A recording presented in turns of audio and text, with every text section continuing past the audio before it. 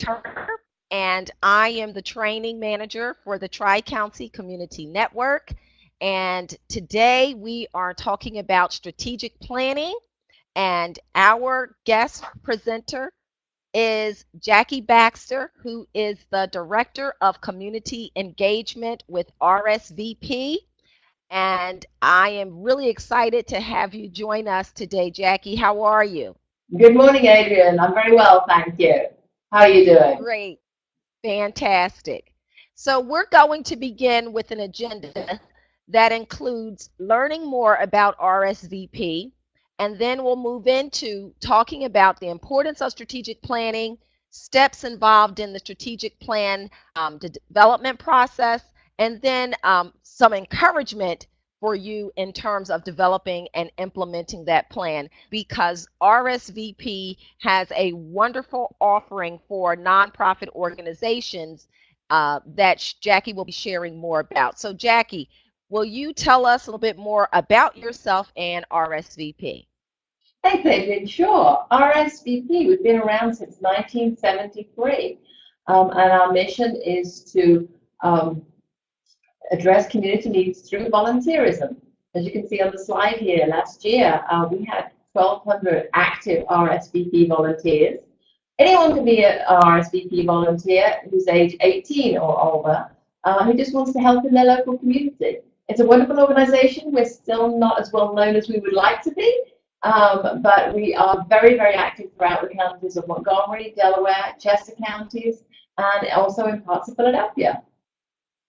So, Jackie, tell us about a few of the programs that RSVP offers through its volunteers. I know of one. It's like, I believe you help with tutoring for children Yes, through Adrian, the computers.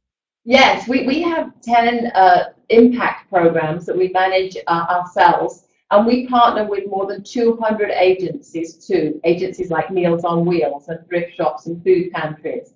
But a real key focus for us is literacy support, supporting preschool children, elementary school children, actually through grades K through 12 ultimately, and in the high schools we work with a virtual math tutoring program that we developed called My Free Tutor.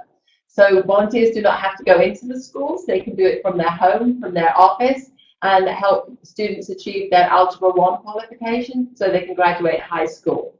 What we like to do is be able to offer potential volunteers a choice so that they can choose what fits with their time schedule, their location, their interests, their skills. If they want something on a regular basis or an occasional basis, we're able to help. That is awesome.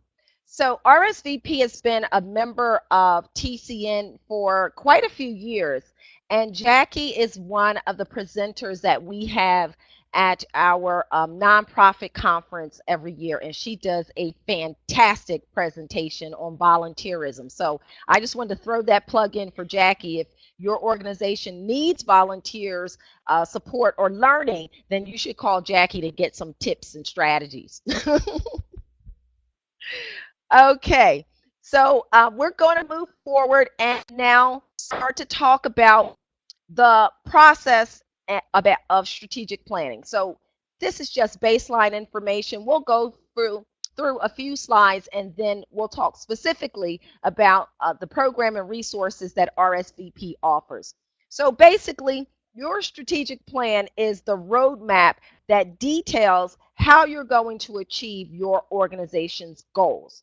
And so it provides, direction to help you make decisions and to allocate your resources so that you can be effective in reaching your strategic goals and all the results that you're seeking to achieve with your organizations. And there's a cycle. So when you start, you want to talk about what your goals are. So when do we want to go?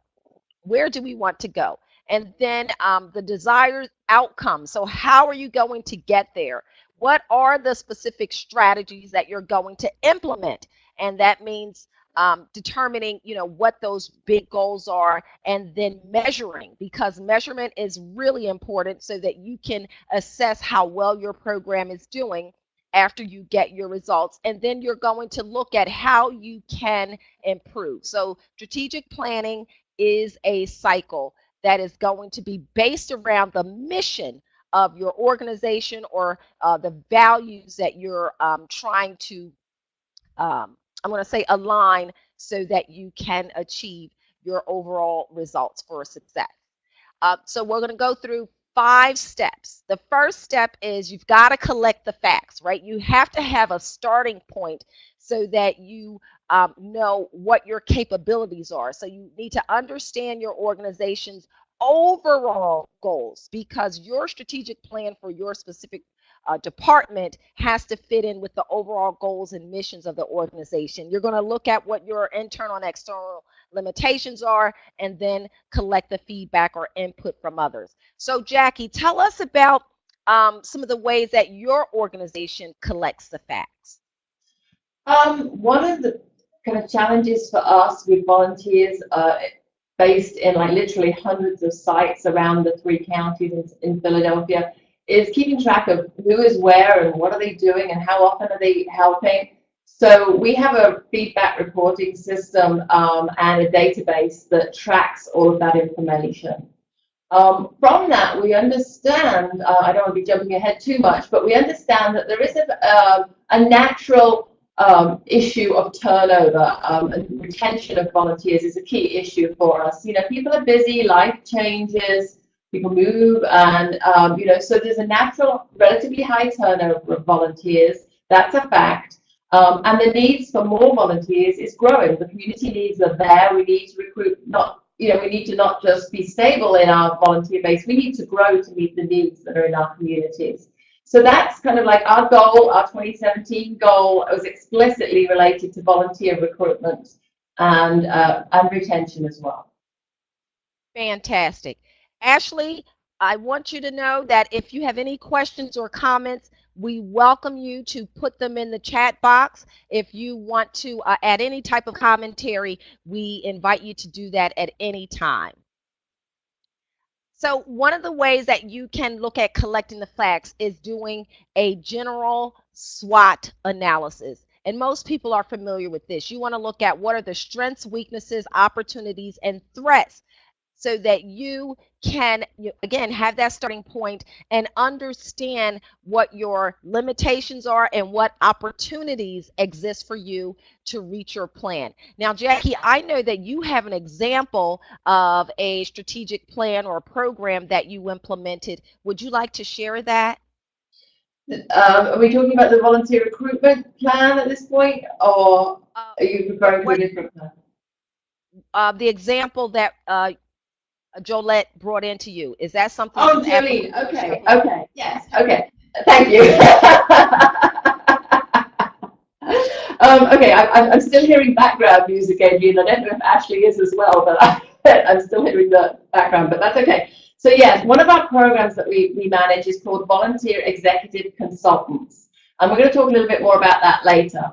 But a team of our volunteers helped another nonprofit called HUGS, which is involving grandparents, supporting grandparents so that they can better be involved and helpful to their children in their care. And they went out and they did exactly this. Our team of volunteers helped HUGS to identify through their SWOT analysis, how they could develop their programming. And that actually took a year almost. I mean, this is not a quick process to really develop a strategic plan, go through all of the steps that you need to do, and then come out with something tangible. So, it can be a lot shorter, but for this particular project, it took a year, and the founder relocated from this area to Virginia, and she's taking that with her because it's going to be equally applicable in a new location. So we can talk a little bit more specifically about some other examples if you like later. I'd like to just go back a little bit to the example of our recruitment goal that we mentioned earlier. So a strength is, our volunteer base is highly dedicated people. One of the weaknesses is this natural turnover, and as people age, also diminishing abilities. So recognizing that, we figured, let's look at the opportunity of the strength of the base of people who are so passionate about what they do, and really to recruit one of the strongest ways to recruit is through those people who are the champions of what they do. So let's Yes. take that opportunity and have them invite them to bring friends to events that previously were volunteer only events. Reach Wow. out, just come and hear more. It's very simple, very, very Yes. simple. But we hadn't thought about that before, about actually kind of tapping in to them as a resource to strengthen, because everybody knows somebody. The Yes. people they know may not be interested in or able to do exactly what they do, and that just might not be a good fit for them. But there are many, many other opportunities available. So by bringing more people in, saying, hey, bring a friend, it's simple. That was an opportunity that's worked really well for us, either out in our information sessions or through our training sessions or workshop programs. We build that in now as a component. Bring a friend. Let them meet us, let them hear about the programming, let them really kind of feel what this is all about, because we know that's one of the barriers to people getting involved in volunteerism. It's that perception of, well, what are you going to ask me to do? I'd like to help, but I have these limitations. So, that's kind of how we've gone with our recruitment goal, as an example. And a thread of that really is, so far we're not seeing a downside. The only issue we're having is capacity on our end to then follow through to place all of these new volunteers. Right. It's a higher number than we've had previously, so we're having to adjust our internal operations to be able to manage that effectively. That was a phenomenal example, Jackie. Thank you. And again, as you mentioned, it seemed like a small thing. Just say bring a friend, but look at the results that come from that. And were you able to achieve that through like a brainstorming session with your team? How did that one suggestion come up to turn into a goal that can really help with your recruitment efforts? Yes, it was through a casual conversation. Our annual meeting in January kicked off with our board members. Okay, this is going to be our absolute focus this year, volunteer recruitment. We have a goal of recruiting 300 new volunteers. How can you help us do that? So as part of that meeting, we brainstormed, and that came out. It's like, well, everybody knows somebody. So if I know somebody, what should I do? Well, the answer in previous years, will just have them call our volunteer coordinator in the office. Well, that's kind of a very, that's okay. That's a simple solution. But that's not enough, because Right. people are going to feel more comfortable if they go with somebody they know and trust and meet Yes. us, who come from an organization that they probably haven't heard of. And our business, if you like, is all relationship based. And relationships don't happen through email, they don't happen through phone calls, they happen through people-to-people contact. So this has been really a huge improvement for people who are interested but maybe don't want to pick up the phone, or pick up the phone and then don't follow through. That was one of the issues we really wanted to address, is people want to volunteer and they're quick to sign up, but then the drop-off rate, the retention rate isn't there, because people realize what the implications are after they've already kind of joined. We would rather them understand the implications ahead of time and decide whether it's going to work for them and then join, because our retention is then that much higher and our resources are better deployed in the people who can follow through. I'm just going to move on because that is just so super phenomenal that there's really nothing more to add. But I did want to speak on one thing that you shared. And I'm sure you identified this as you were going through your overall strategic goals. You understand the mission of an organization. And one thing that you said is that we're a relationship-based organization. And so then you start developing goals just from that. That's fantastic. Thank you so much, Jackie. Okay.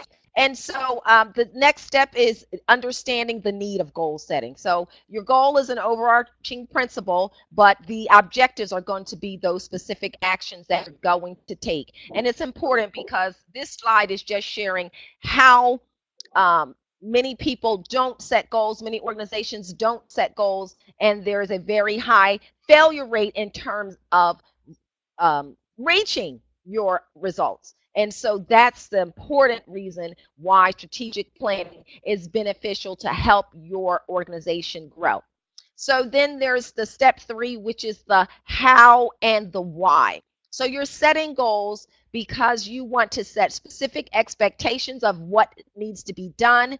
You want to create clear, measurable performance standards. And then, of course, it's also the way to make the connection between what your specific organization might be trying to achieve, interwoven with the institution's goals. And then this is a template, which is showing how you might structure uh, the basics for developing your overall strategic plan. And that means writing down what needs to be done, what resources you'll need, how you're going to measure it, and setting a timeline and then staying updated on the status. So, Jackie, you talked about many different resources in that example that you gave. You talked about how you use your volunteers to reach some of your goals. Are there any other resources that you can think of that you might employ with a strategic plan that your organization has been able to achieve? Yeah, I mean, we also kind of did, if you like, a little bit of asset mapping and thought, okay, who's out there in the community whose goals align with ours? Who looks at strengthening their local communities and who has a vibrant base that we can tap into to kind of just spread the word? And there are many ways, many places, and we kind of had to then prioritize because we don't have the resources to actually reach out to all of them. But some of our key kind of outreach partners, if you will, are places like TCN and other collaborative organizations in the county, because you're connected with the health and human service sector. People need people who want to help, and they may not be this fit for that particular individual organization. So, we welcome the referrals from others in the community. Places like libraries, a lot of our libraries are very vibrant and looking at ways to really have meaning in their community, to bring people in new and exciting ways. So we mail to libraries once a quarter to update them on where we're going to be in their community. They post it on their community notice boards. They're a great partner. We also reach out to a lot of townships and elected representatives. We're problem solvers in their communities. Our volunteers are offering services in their communities. They may be offering advice to their seniors on Medicare through the Prize program. They may be, our volunteers are offering services through Help on Call to low-income seniors who want to stay in their homes in their local communities and just need that little bit of extra support. Our volunteers do that. And of course, across the board, the children and the adults who need literacy support, of whom there are thousands, hundreds of volunteers are active in with their constituents in their local areas. And so to them, we're an additional free resource. Fantastic. So you just tapped into partnering with other organizations and elected officials and really activating your volunteers. That is a terrific example. Thank you, Jackie. So now we'll talk about measurement. So of course, you want to set goals that can be attainable, but you need to be able to measure so that you can understand how you're performing, and then you might need to make some adjustments in order to make sure that you're reaching that end goal. So you want to measure to define your key performance indicators. You'll develop some milestones and benchmarks, and that's important to have those milestones because you don't want to wait until the end of the year and say, oh, we didn't meet our goal, right? If you have some milestones along the way, that can help you know where you stand in terms of reaching your goals, and again, what adjustment needs to be made. And then you should always have some formal reviews of your plan, which helps, again, in measuring and succeeding. And then the fifth step is sticking with it, right? So planning without action is futile, and action without planning is fatal. So we've seen many times where organizations or individuals set strategic plans, and then it sits in a binder, in a desk drawer somewhere, and it really doesn't get the attention so that you can be active in doing the things that are necessary to reach your goals. And that is where Jackie's organization can come in and help with strategic planning. So Jackie, would you talk about your volunteer executive consultants and the services that RSVP offers to support nonprofit organizations? Thanks, Adrian. Yes, thank you. Thanks to a grant from the Pew Foundation and some of our corporate sponsors, we're able to offer this free, completely free service to Free, any everybody, free, nonprofits. free, free. Free, free, free, free, free, free. That's a wonderful word. Because we continually recruit volunteers. We find volunteers all over, and all kinds of backgrounds and capabilities. We have a large pool of volunteers. I believe it's over 60 right now, who come. They're retired professionals. They may have come from corporate America or the public sector. They may be entrepreneurs. They may still be active part-time, but are kind of on the downshift work-wise, and they want to give back through their professional skill base. So they say, okay, well, I have 30 years experience in marketing for a big pharmaceutical, or a human resource manager, or I was a CFO for this big company. What can I do? So this program then will kind of take those volunteers and say, great, on an as-needed basis, we're going to pull you in to address a specific issue with a nonprofit organization. And the way that we do that is quite simple. We have a program manager, Jolene, and she will take requests from a nonprofit who will be asked to complete a request for management assistance form. One form, very simple, just to outline what your main area of concern is. This is just as if you would hire an external consultant to come in and do a project for you. The volunteers are not going to be additional working resource capability in your organization. They're going to come and analyze and address a specific project. So then you would work with Jolene to complete a consulting work agreement, or a CWA as it's called. Because the variety of needs and organizations is exponential and unique. So we're looking at something that's going to really work for your organization, your particular organization. We work with many startups, one founder with a passionate interest in starting a nonprofit. We work with a lot of very small nonprofits where it's like, I'm hired, I'm a volunteer myself, or we have one part-time employee, very small. So the capability and capacity is limited. A great big, strategic plan is not going to be achievable. So that's not appropriate for that particular agency. Mm-hmm. Our volunteers have been trained in kind of like the background of the challenges that are faced by differing nonprofits. And so they're very sensitive and aware of that. They're going to come in and work with you on your particular issue, and the consultancy work agreement will be something that all parties agree on. And then after that, at your own pace, your own comfort level, the team of volunteers will come in and work with you as frequently or infrequently as works for you all, and make progress towards developing that strategic plan. That is excellent. I know that I had talked with some of your team members before about this program, and they mentioned, and of course it's escaping me right now because we're on a webinar, right?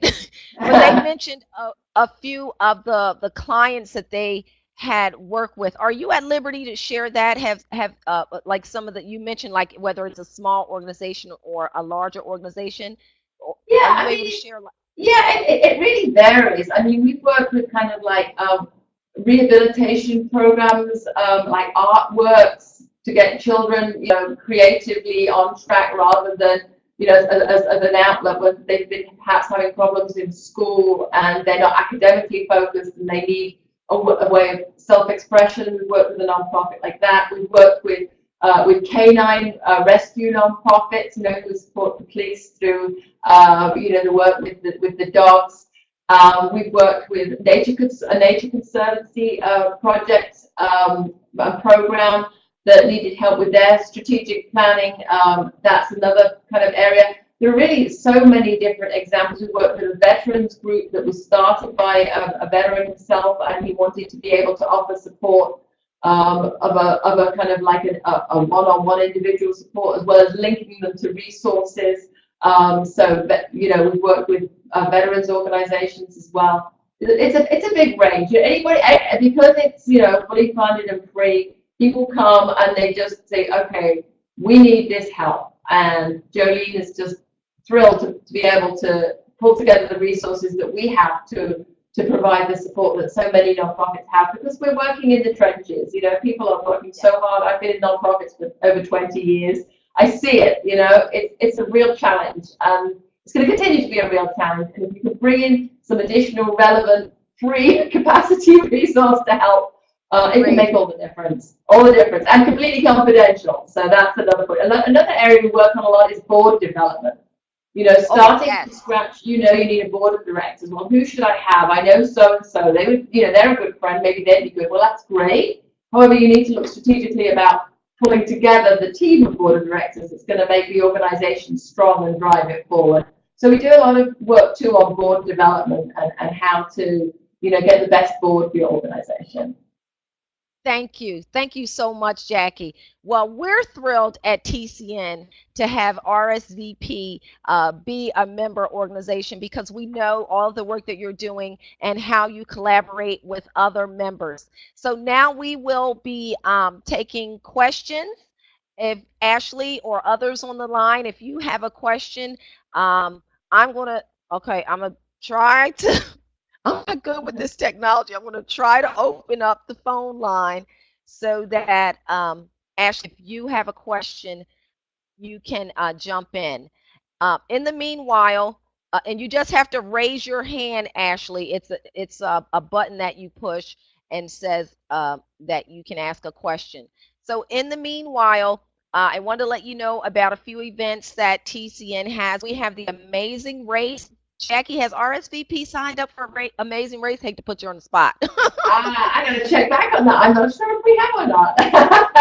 I hope we have. I really hope we have. I'll double check. The Amazing Race is a way that TCN is partnering with its members to have like a day of giving. So the money that you raise on this specific date in October, TCN will match the funds. So again, free. It's like free money, right? So if your organization raises $500 and TCN matches that, and so that is an opportunity available. And then every month, the third Tuesday of every month, we have our monthly membership meetings, and our first one for this fiscal year is on September 19th. And then for anything else, of course, you can visit our website. Jackie, would you like to add anything about RSVP in terms of how we contact you, etc., before we end? Anything more? I would just like to say, please join us on Facebook. You can see some great examples there of what our volunteers are doing, and you know, wonderful stories, wonderful links to news articles that come out, and where we're going to be out in the community. That's always posted through Facebook. So I would just encourage anybody to you know, if you're on Facebook, check in, follow us, like us, obviously, but follow us really, and keep in touch, because there's an awful lot happening, and that's one of the ways that we're able to share, you know, everything, all the good news and great things that are happening. Well, Jackie, I don't know if you can see this, but Ashley said that she attended a training hosted by RSVP, and it was a great resource. Oh, awesome, Ashley. That's great. Thank you for that feedback. Wonderful. That is wonderful. So it is 8:30 now, and we thank you for joining us. Jackie, you've been a tremendous co-host. I'm going to have you back and share more. You made my job so easy here today. So thank you, Ashley. We wish that you have a great week, and this is a recorded webinar, so you'll be able to view it or share it with others so that they can know about this great resource that RSVP has. Have a wonderful day. Thanks, Jackie. Thanks, Adrian. Thank you, Ashley. Thank you, everybody. Bye.